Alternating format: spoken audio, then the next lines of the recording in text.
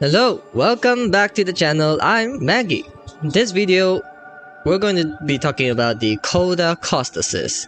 It comes in with the second batch of the Coda weapons, and it is 37% electricity bonus provided by Eleanor.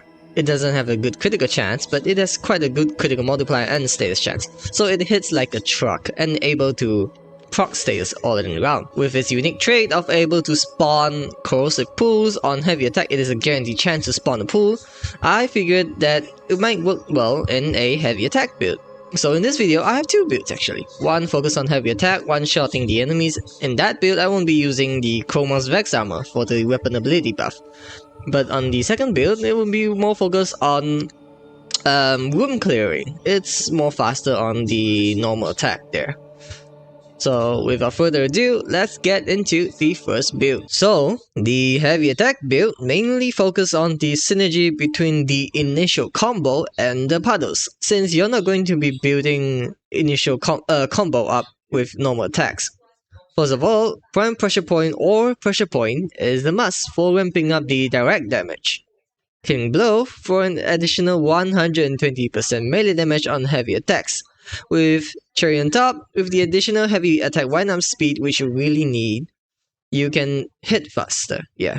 Galvanized reflex and corrupt charge is a must. With that, you need to kill enemies to build up your initial combo, but once you're up, you're going to be constantly dealing one-shot damage. Blood Rush to benefit from the initial combo build-up. Galvanized Steel for X2 critical chance on heavy attacks, as well as critical damage build-ups on kill. Finally, in the two mod slots, I personally gone for Prime Reach and Shocking Touch for more damage. I think this mod slot for Prime Reach is up to personal choice. If you like reaching further like I do, Prime Reach is great. But since Coda Caustacyst already has a great status chance, putting in Weeping Wounds to benefit from the initial combo would be able to ramp it up even further. Or Amalgam Organ Shatter for faster heavy attack wind-up speeds and the additional critical damage. For the stance, I've gone for Weeping Spiral as its heavy attack, frost proc slash, and it adds more damage.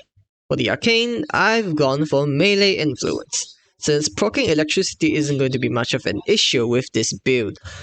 As you can see, even without my Vex armor on, this build completely shreds Steel Path enemies.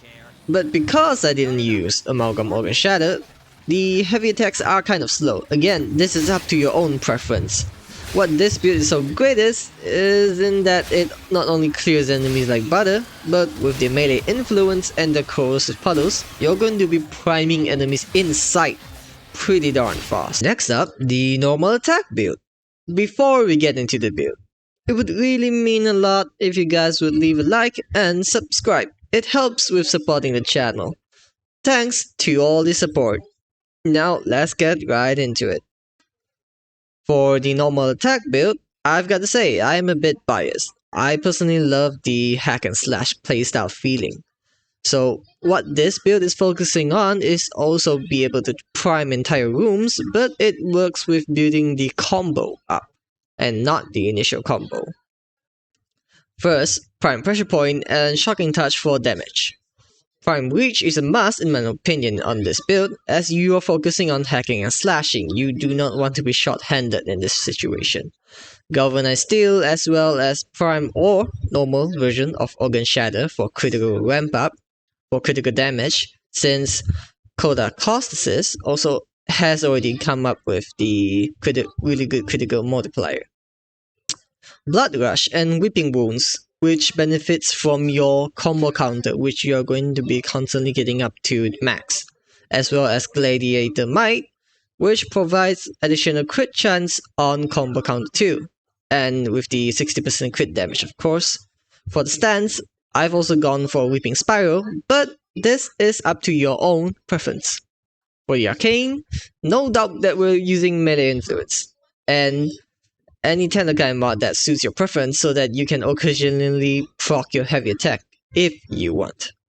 As you can see, I'm running Vex armor in the background, so I have the additional weapon damage buff, mostly one-shotting enemies because of it. But for Warframes that doesn't have a weapon damage buff, it shouldn't be too much of a problem. So in terms of which build is better, for me, I would say the normal attack build suits Warframes that is kind of a weapons platform, like Chroma, like me. But be sure to let me know down in the comments on what you think can enhance these builds and which one is your preference. I'm also very well aware that I'm not focusing on any status damage, so I really appreciate the variety if you guys would give me what's on your mind. That being said, please consider leaving a like and subscribe, and I will see you in the next video. Goodbye.